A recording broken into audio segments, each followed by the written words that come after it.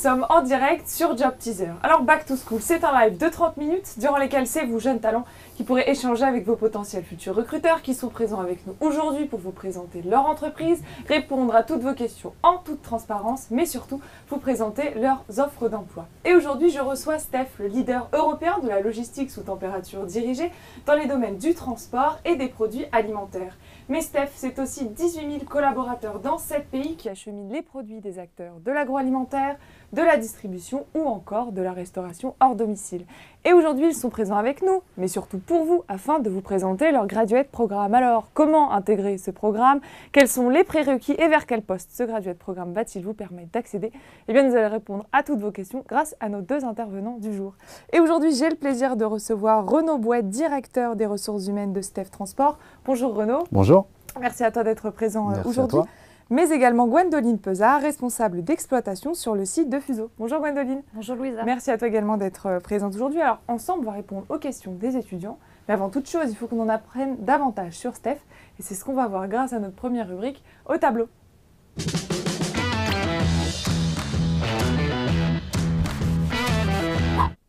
Alors dans cette rubrique, c'est Renaud qui va avoir pour mission en 2 minutes de nous expliquer à l'aide d'un schéma qu'il a déjà préparé les acteurs de l'agroalimentaire au sein de Steph. Alors Renaud, est-ce que tu es prêt?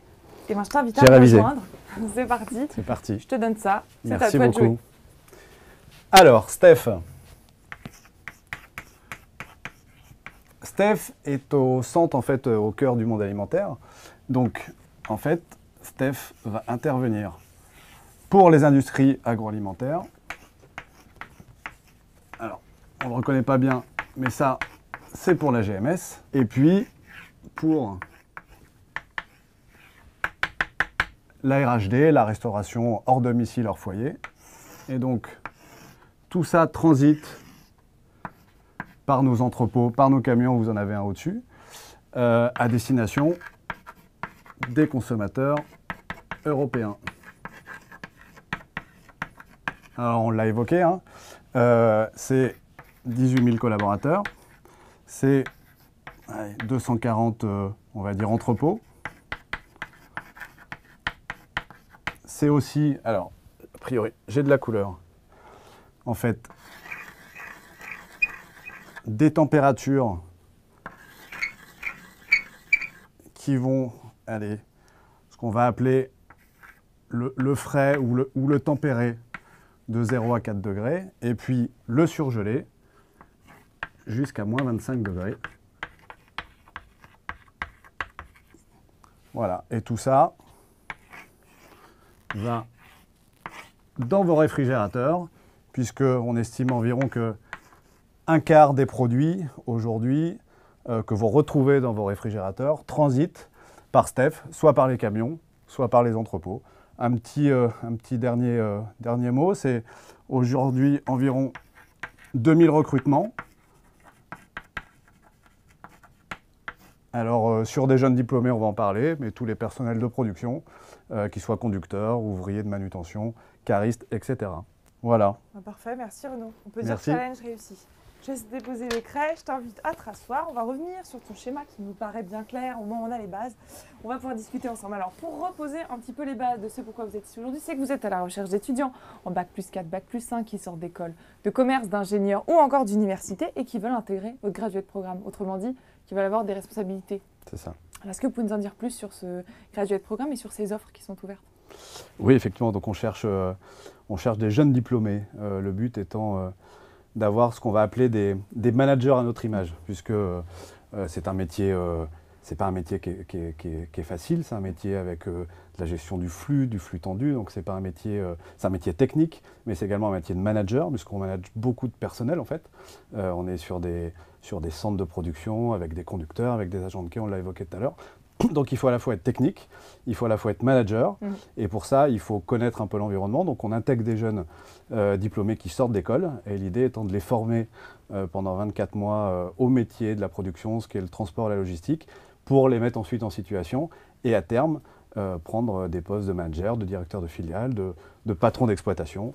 Voilà, c'est ça l'idée. Parfait. J'aimerais revenir sur une autre notion, c'est que chaque année, vous recrutez 100 jeunes qui, au bout de 5 à 10 ans, vont pouvoir prétendre à des postes au sein de la direction opérationnelle Peut-être, Gwendoline, tu peux témoigner de cet avantage-là et de cette véracité-là, puisque tu as commencé par un graduate programme au sein de Steph.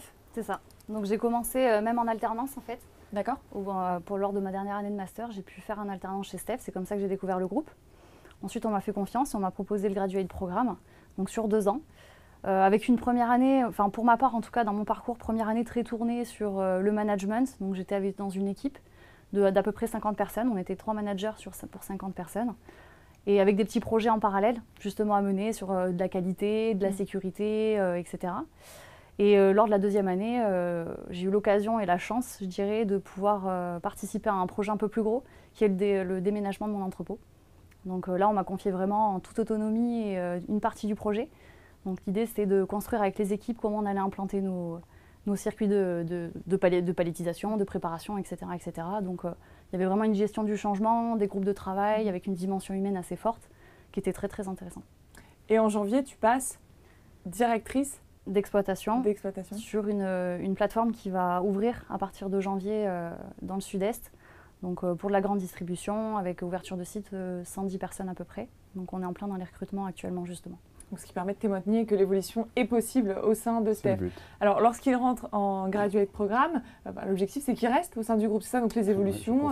Qu'en est-il justement de cet après graduate programme qui est sur 2 ans? C'est ça, 24 mois sur le parcours, donc on l'a évoqué tout à l'heure. Hein. Le but, c'est de connaître un peu tous les métiers de l'exploitation en production, mais également en fonction support, sur le commerce, sur le CGO. Et puis après, on monte petit à petit les échelons. On peut commencer sur des postes à responsabilité limitée, mais sur le management de petites équipes. Et puis au fur et à mesure, on va grandir, comme Gwendoline l'a évoqué, pour prendre soit des responsabilités en termes d'exploitation, donc ce sont des gros services. Hein, on commence à manager un nombre important de collaborateurs, pour ensuite arriver au bout de, en moyenne 7 à 8 ans, sur des postes de patron de filiale, de directeur de filiale, parce que le modèle de Steph, c'est celui de la filiale. Donc en gros, patron d'un centre de profit, avec tout ce que ça suppose en termes de responsabilité. Donc manager des équipes qui vont de 50 à 150 ou 200 collaborateurs, selon la taille de la filiale. Et donc est-ce que c'est un parcours type, ou alors ce sont vraiment des parcours personnalisés? Alors, c'est un parcours type, en ce sens que l'idée, c'est bien d'avoir un parcours à l'image de ce qu'est Steph. Donc, sur la connaissance du métier, ça peut un tout petit peu changer parce que le métier du flux, de la logistique et du transport ne sont pas tout à fait les mêmes.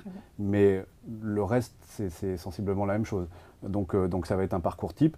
Après, les évolutions de chacun peuvent varier selon sa mobilité, son appétence pour tel ou tel sujet. Donc ça peut changer. La finalité, c'est bien d'arriver à celui qu'on a évoqué tout à l'heure, celui d'être patron d'un centre de profit, parce que c'est vraiment ce qu'on cherche. On va chercher des managers, des gens qui vont pouvoir à la fois avoir le côté technique, mais également conduire des équipes, piloter et donner un projet. Parfait. On reviendra un peu plus tard sur cette notion de mobilité. Mais avant toute chose, ils vous ont préparé quelques petites questions auxquelles vous allez répondre. Et on passe tout de suite aux questions du bocal.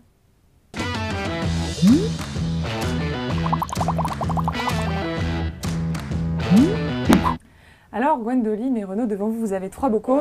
Les questions RH, les questions qui piquent et les questions experts. L'enjeu est simple, c'est à vous de piocher la question que vous voulez. Alors, peut-être Renaud, tu veux débuter à piocher la première question. J'aurais laissé par galanterie à Gwendoline, mais... Allez, Gwendoline, c'est à toi. c'est parti. Au hasard, question experte. Quelles sont tes missions ? Au quotidien, en tant que responsable d'exploitation, je m'occupe de planifier l'activité de mon équipe. Très bien. Donc également, je m'occupe du recrutement. Le but, c'est vraiment de garantir une vraie satisfaction aux clients, donc nos produits qui arrivent à l'heure dans les bons magasins. Je m'occupe également de la partie animation de l'équipe, au niveau des indicateurs, mener des projets aussi, donc en fonction de la dérive des indicateurs ou pas, ou des projets d'amélioration au niveau des conditions de travail, etc. etc. Donc voilà, on a aussi une dimension forte sur la relation client, puisque dans beaucoup de filiales, le client est sur site, ou en tout cas, on a des relations proches avec eux. Donc voilà, c'est important d'être en contact avec eux pour que ça se déroule bien. Donc les missions sont très variées, oui. J'imagine aussi en fonction peut-être des projets aussi. Et est-ce que tu travailles avec toujours les mêmes collaborateurs ou pas du tout ? Alors moi, je travaille avec mon équipe principalement, mais on a des services support. D'autres équipes, voilà, c'est ça, au sein de on a des services support type fonction RH, on a aussi le siège qui nous aide beaucoup dans les recrutements. On a la partie technique, donc on a un service technique sur le site, Mais également, il y a toujours une partie technique au niveau des sièges, etc., qui peuvent nous donner justement des projets de plus grosse envergure, la possibilité de les tester sur site. Ouais. Et on a tout ce qui est la partie qualité, où on a une responsable qualité qui nous accompagne aussi pour l'amélioration de notre qualité au quotidien avec les équipes. Vous travaillez avec un très grand nombre de collaborateurs au sein du groupe. D'accord. Bien, Renaud, c'est à toi Allez. de prendre la En prochaine question. En bon RH, je vais prendre. Allez, une question RH. Alors, 3 raisons pour lesquelles tu as décidé de rejoindre l'entreprise. Alors, si je devais en choisir que 3. Non, on l'a évoqué tout à l'heure, notamment sur le nombre de collaborateurs. C'est un très grand groupe. Donc, il peut donner plein de possibilités d'évolution dans sa fonction, donc dans son cœur de métier, comme dans d'autres sujets. Je ne suis pas rentré DRH, j'ai évolué au fil de l'eau et au gré des projets. Ça, c'est la première. La deuxième, c'est le secteur. C'est que très honnêtement, le secteur est en pleine mutation. Je pense que Gwendoline me démentira pas, mais ça bouge beaucoup. Elle parle d'un déménagement. Il y a encore 2 ans, ce n'était pas forcément à l'ordre du jour. Il y a toujours des projets. Donc ça, c'est quelque chose d'extrêmement intéressant chez Steph. Le troisième, c'est, on va dire, l'état d'esprit. Je pense que Steph dégage un certain état d'esprit en termes de moments de convivialité, en termes d'énergie. Je pense que les équipes qui sont chez Steph, on l'a évoqué, mais ne s'ennuient pas. Et en plus, vraiment, on dégage quelque chose de très positif. Donc tout ça fait que je suis rentré chez Steph, que je m'y plais et que j'y reste. Voilà. Donc on retiendra dynamisme, évolution et un bon état d'esprit. Exactement. Pour toi. Parfait. Merci Renaud. Bien, Gwendoline, c'est à toi. Allez. Pour une question qui pique. Qu'est-ce que tu aimes le moins dans ton job ? Alors au quotidien, il n'y a pas grand-chose que j'aime pas, puisque chaque jour est vraiment différent. On a vraiment l'occasion de... Enfin, il n'y a pas une journée type, bien sûr, il y a des choses qui reviennent, mais il n'y a pas de journée type. En revanche, ce qui peut être compliqué, surtout quand on rentre graduate programme, et c'est la principale difficulté que j'ai eue au début, c'est de devoir faire des entretiens de recadrage, qui forcément, quand on est jeune, on arrive, on gère des équipes avec une certaine ancienneté ou pas d'ailleurs. Voilà, à un moment donné, on va être confronté à devoir recadrer une personne parce que c'est nécessaire, parce qu'elle a dépassé un petit peu les limites. Et pour que ça se passe bien en cohésion avec les autres, on est forcé de le faire. C'est quelque chose d'essentiel, mais c'est quelque chose qui n'est pas forcément plaisant pour le manager à faire, mais que derrière, on doit apprendre. Et justement, on est accompagné pour ça, tout au long du parcours, pour justement s'entraîner avec nos managers à nous, derrière pour ensuite mettre en pratique et se sentir de plus en plus à l'aise sur ces choses-là, quoi. On reviendra sur le suivi managérial, mais c'est vrai qu'il est important, afin d'évoluer au sein du groupe, aussi d'avoir un bon manager. Ouais. Surtout dans des métiers aussi mouvants que les vôtres. Alors, Renaud, c'est à toi de prendre... Bon, je retente une question RH. Allez, une question RH. Alors, dans un CV, est-ce que tu donnes plus à une formation ou à une expérience? Bonne question. En sachant qu'il n'y a pas de réponse. Non, en fait, ce qu'on cherche, et notamment sur les graduates, c'est aussi avant tout des gens qui ont envie et des gens qui ont un volet managérial assez développé. Donc forcément, l'expérience, ou plutôt le diplôme, pardon, n'est pas le plus important. Donc il ne faut pas s'arc-bouter sur la question du diplôme. La question de l'expérience et la capacité du candidat de se projeter dans un projet, d'avoir tenté des expériences, d'avoir managé une équipe, d'avoir tenté de manager une équipe, est quelque chose effectivement qui peut être intéressant et qui peut être, en tout cas, qui devrait être mis en avant. C'est plutôt intéressant. Donc la personnalité aussi est valorisée. Surtout la personnalité. Encore une fois, on ne va pas s'attacher particulièrement à la formation. Ça peut être des écoles de commerce, ça peut être des formations d'ingénieurs. Encore une fois, comme dans le cas du graduate, on va former à la technique. C'est vraiment la question de la volonté d'avancer, la volonté de manager et la volonté de porter des projets. Donc motivation et personnalité doivent être mises en avant. Exactement. Alors Gwendoline, si tu veux bien, c'est à toi de prendre la prochaine question. Question expert. Est-ce qu'il faut déjà avoir une expérience dans le secteur? Bon, du coup, ça rejoint un petit peu, mais pas forcément, justement. Comme le disait Renaud, on n'est pas forcément obligé de venir du secteur de la logistique pour pouvoir prétendre à faire le graduate programme. Moi, j'avais des personnes de ma promotion qui sortaient des études d'agronomie, donc pas forcément en lien avec la logistique. Mais comme le disait Renaud, c'est la personnalité de la personne, c'est sa volonté à un moment donné de s'investir dans quelque chose comme ça. Et c'est ça qui ressort dans les recrutements, quoi. Parfait. Je vous laisse... qui veut prendre la prochaine question? Je ne désigne plus, je vous laisse le choix. Je tente une question qui pique ou... Allez, j'en ai fait une. Ouais, ça va bien changer. Quel est le turnover? Alors, le turnover, alors c'est pas une question qui pique particulièrement parce qu'il oscille entre 9 et 10%, donc ce qui est le taux classique. On a plutôt même une population qui est très attachée en fait à l'entreprise. Donc on a des anciennetés importantes. On a des âges également qui sont sur certaines populations également importantes, parce que les gens sont attachés à l'entreprise. Donc on a un turnover qui est globalement dans la moyenne, qui est même dans le secteur un peu en dessous de ce qu'on connaît dans le secteur. Donc voilà. J'imagine que les étudiants qui entrent en graduate programme apprécient le fait de pouvoir évoluer et de voir des perspectives de carrière pérennes. Exactement. Oui, très bien. Gwendoline, c'est à toi.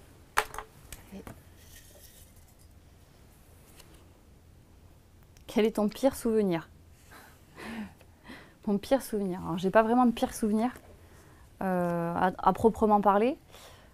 Après, ça peut être une erreur qu'on a fait lorsqu'on a débuté, qui nous fait rire aujourd'hui. Oui, une petite boulette, ça a été au démarrage d'appuyer sur le mauvais bouton. Bon, c'était vers la fin de la préparation, mais d'avoir clôturé toutes les commandes qui n'avaient pas encore été préparées. Donc bon, ça a permis justement de mettre en place après des systèmes pour éviter que quelqu'un appuie sur le mauvais bouton. Bon, ça va, ça s'est bien fini puisqu'on a pu quand même finir de préparer avec du papier au lieu de faire avec le système actuel. Mais ouais, c'est... Bon. Une petite boulette de démarrage. Voilà, c'est une petite boulette de démarrage, mais justement, l'avantage avec Steph, que ce soit sur la partie technique ou managériale, on donne la possibilité aux gens de faire des erreurs. C'est-à-dire que ça ne va pas être dramatique si on va faire une erreur, on va apprendre de ça et au contraire, ça va peut-être faire relever aussi des choses qu'on n'avait pas vues avant et qu'il faut sécuriser, etc. etc. Et dans ce cas-là, typiquement, lorsque tu as fait cette erreur, est-ce que tu t'es immédiatement tourné vers ton manager? Oui. Oui, c'est ce qu'il faut faire, on est d'accord dans ces cas-là. Pas essayer de régler le problème seul. C'est important ce que dit Gwendoline, parce que l'erreur fait partie de notre manière d'apprendre. Donc sans erreur, on n'apprend pas et on n'évolue pas. Donc vraiment, pour le coup, l'important, c'est pas de reproduire tout le temps la même erreur, mais c'est bien d'accepter d'en faire et d'accepter d'apprendre et de capitaliser dessus. Très bien, c'est noté. Je vous laisse prendre une prochaine question. Allez, je retourne vers un chat.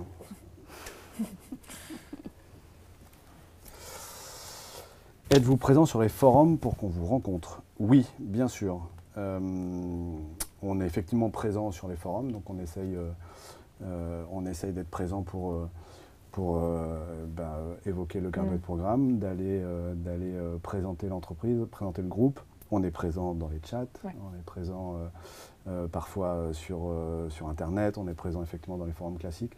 Donc oui, il faut qu'on soit présent, il faut qu'on présente le programme, le graduate programme. C'est important de nous faire connaître parce que on est en B2B, donc c'est vrai que c'est pas toujours facile pour les jeunes diplômés de se projeter chez Steph puisqu'on ne s'adresse pas forcément directement aux consommateurs. Donc notre présence sur les forums est extrêmement importante. Et qui sont les personnes qui peuvent... Pardon Gwendoline, tu voulais dire... Non. Qui sont les personnes qui peuvent rencontrer lors de ces forums? Est-ce qu'il y a des managers? Ce sont uniquement les équipes RH? Les deux. Ça peut être des personnes qui sont dans le parcours ou qui sortent du parcours, des personnes qui, comme Gwendoline, viennent présenter leur parcours et leur évolution chez Steph, des recruteurs, des DRH, des patrons de filiales. Donc on est présent sur l'ensemble de la France dès qu'il y a des forums, avec, compte tenu de notre taille, la possibilité d'avoir des patrons de filiales, des recruteurs, et souvent ce sont des binômes d'ailleurs, pour pouvoir présenter à la fois le volet opérationnel et de l'autre côté le volet RH. Après, au niveau local, justement, il y a des... Enfin, chez nous, c'est comme ça que ça se passe aussi. On a un peu des partenariats avec les écoles qui nous permet d'aller directement recruter des alternants pour qu'ils commencent déjà à connaître Steph. On organise aussi des visites de sites, donc avec des écoles qui viennent sur le site pour découvrir nos métiers, découvrir ce qu'on fait. Donc voilà, il y a vraiment une partie générale et après, en région, des petites choses qui sont faites également. Plus particulières. C'est parfait. Alors maintenant, vous allez devoir leur expliquer comment passer un entretien et réussir surtout son entretien au sein de chez Steph. Et on passe tout de suite à l'entretien. J'ai une question à vous poser. Alors dans cette rubrique l'entretien, la première question est la suivante. Quelles sont les grandes étapes du recrutement au sein de chez Steph? Bon, il y a la possibilité lors des forums de présenter sa candidature, la possibilité, et je pense qu'il y aura des liens par la suite sur le site d'envoyer son CV à Steph directement. Après, je vais dire que le schéma est assez classique. Généralement un entretien avec une personne en charge du recrutement, possibilité, voire à 90% un test de personnalité.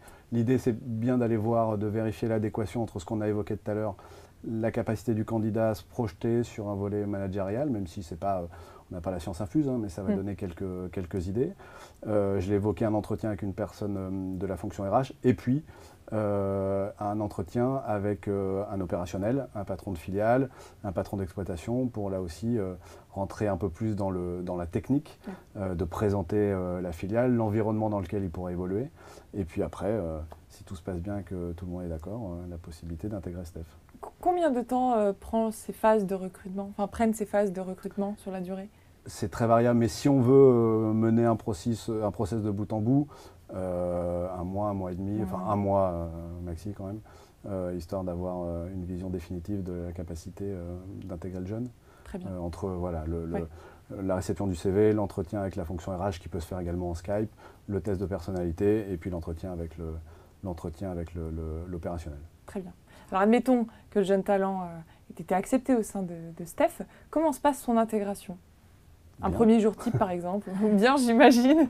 Mais est-ce qu'il y a des étapes d'intégration? Est-ce qu'il y a un programme d'intégration? Alors après, moi je parlais plutôt de ma filiale, ce qui s'est passé sur ma filiale, mais globalement quand on intègre une personne, ça prend un mois. On se dit qu'on leur donne un mois d'intégration où ils vont faire le tour de tous les métiers et tous les services.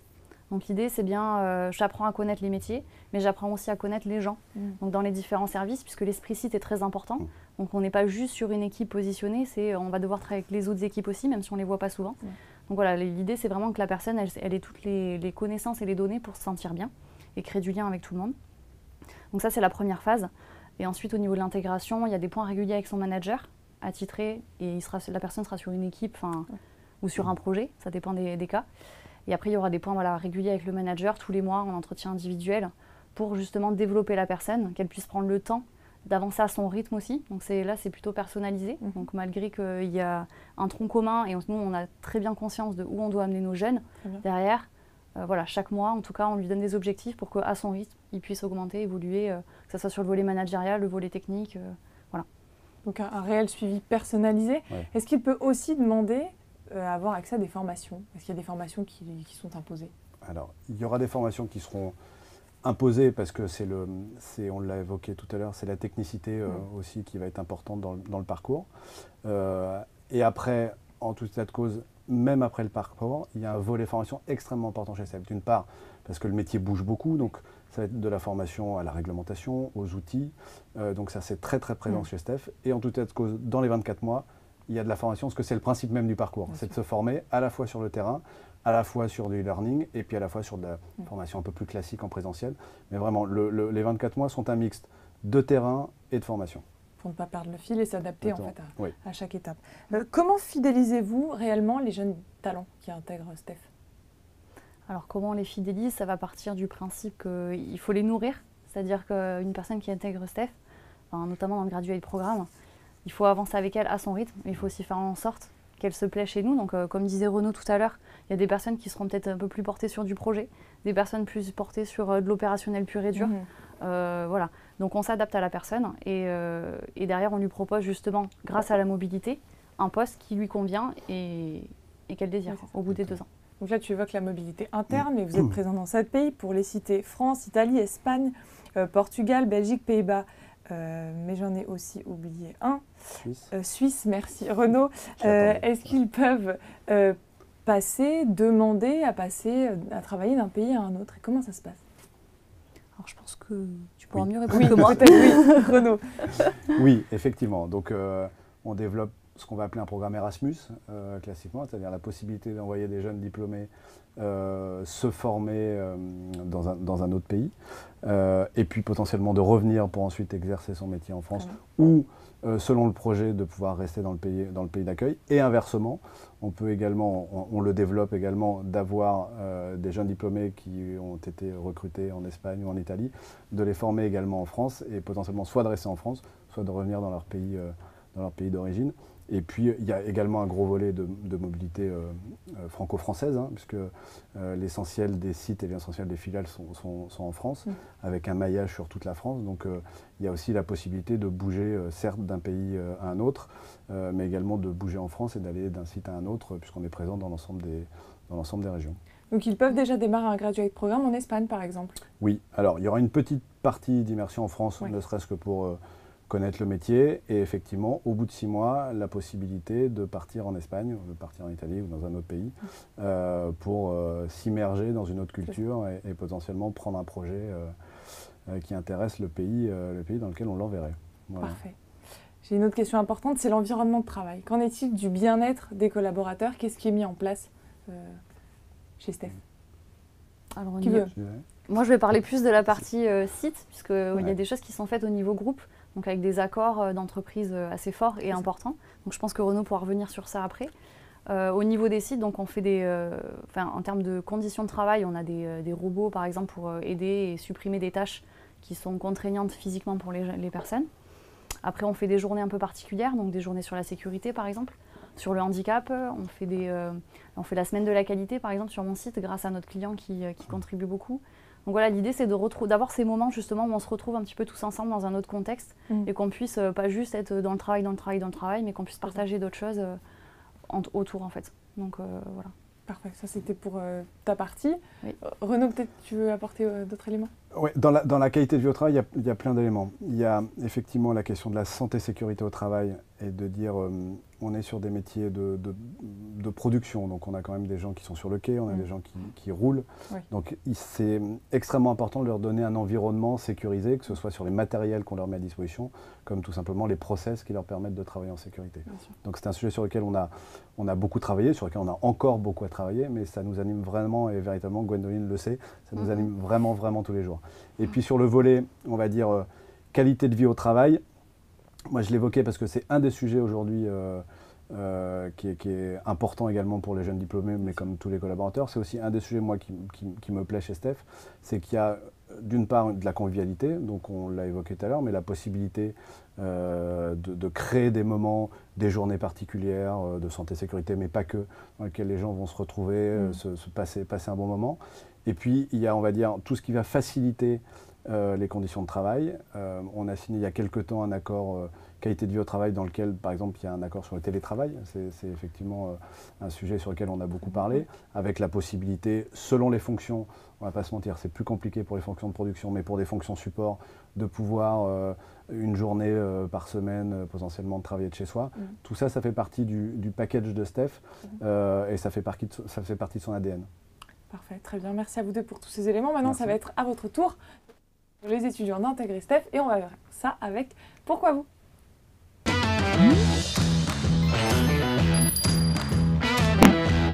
Alors, qui veut commencer à convaincre les étudiants de vous rejoindre? Gwendoline, vas-y. Allez. À tout à l'heure, on parlait de galanterie, mais plus maintenant. Allez, Gwendoline, c'est à toi. Alors pourquoi Steph? Moi je peux vraiment en parler par rapport à mon parcours. Vraiment, comme je disais tout à l'heure, il y a vraiment de la bienveillance, il y a du droit à l'erreur et comme le disait Renaud, il y a de la convivialité. Donc on est sur, quand on dit de la bienveillance, il y a vraiment des managers qui sont là pour nous épauler, pas nous laisser tout seuls dans notre équipe à couler ou à nager. Enfin, voilà, il y a vraiment de l'accompagnement, donc ça c'est hyper important. Il y a également la mobilité, comme on en parlait tout à l'heure, donc mobilité interne dans la France grâce au maillage français et à l'étranger également. Donc ça c'est un bon point également. Et pour moi il y a aussi la partie dynamisme, c'est-à-dire que les journées ne se ressemblent pas. Quand on est à Steph, ça bouge. Donc les personnes qui ne veulent pas rester toute la journée dans un bureau devant leur écran à parler à personne, venez chez Steph parce que là il n'y a pas de souci, on est tout le temps en contact avec du monde, il y a vraiment une valeur humaine qui est importante et on travaille vraiment avec des humains et ça c'est hyper plaisant de se lever le matin et de se dire je vais travailler avec des humains. Et j'apprécie mon équipe, donc ça se passe bien, quoi. Très bien. Merci pour ton témoignage, Gwendoline. Renaud, tu auras le mot de la fin. Quelle responsabilité. Déjà, effectivement, Gwendoline a évoqué vraiment les points primordiaux, mais je rajouterais que le secteur est en pleine transformation, c'est-à-dire que quand vous travaillez avec les industries agroalimentaires, quand vous travaillez avec la grande distribution, quand vous travaillez avec l'éclairage, ça bouge beaucoup, donc on ne s'ennuie jamais. Il y a toujours des projets, il y a toujours des choses à faire. C'est un métier de service, donc il y a une orientation client qui est très forte. Vous travaillez avec beaucoup de monde, donc effectivement, c'est très vivant. Vous avez la possibilité de travailler avec plein de fonctions, que ce soit avec des conducteurs routiers, avec des caristes, mais également avec des patrons de filiales, avec plein de fonctions. Il y a un aspect qu'on n'a pas évoqué tout à l'heure, mais c'est une entreprise dans laquelle, d'une part, l'humain est très présent, mais on l'a évoqué, et aussi qui qui est très orienté sur l'actionnariat salarié. Aujourd'hui, 62% du capital est détenu directement ou indirectement par les salariés eux-mêmes. Ce qui veut dire qu'ils sont totalement associés à la performance de l'entreprise, ce qui donne une culture et un ADN très particulier à Steph. On l'a évoqué, c'est-à-dire que j'ai la capacité, moi, jeune diplômé comme haute fonction, d'être totalement intégré à la performance et au pilotage de l'entreprise, parce que tout simplement, je vais en récupérer les fruits par l'intermédiaire de l'actionnaire salarié. Donc ça, c'est un facteur vraiment important chez nous et sur lequel je pense il faut que les jeunes diplômés qui nous écoutent puissent être sensibilisés. Puissent prendre note, on retiendra bien le dynamisme et l'intégration. Merci à tous les deux d'avoir répondu en toute transparence aux questions des étudiants, mais surtout d'avoir partagé vos propres expériences. Chez vous, si vous avez un esprit d'entrepreneur, mais surtout vous avez envie de rejoindre un environnement dynamique, il ne vous reste plus qu'à postuler sur stephgraduateprogram.com ou encore sur jobteaser.com. Encore merci à tous les deux d'avoir été présents aujourd'hui. Chez vous, bon courage dans la suite de votre recrutement et je vous donne rendez-vous très vite pour un prochain live.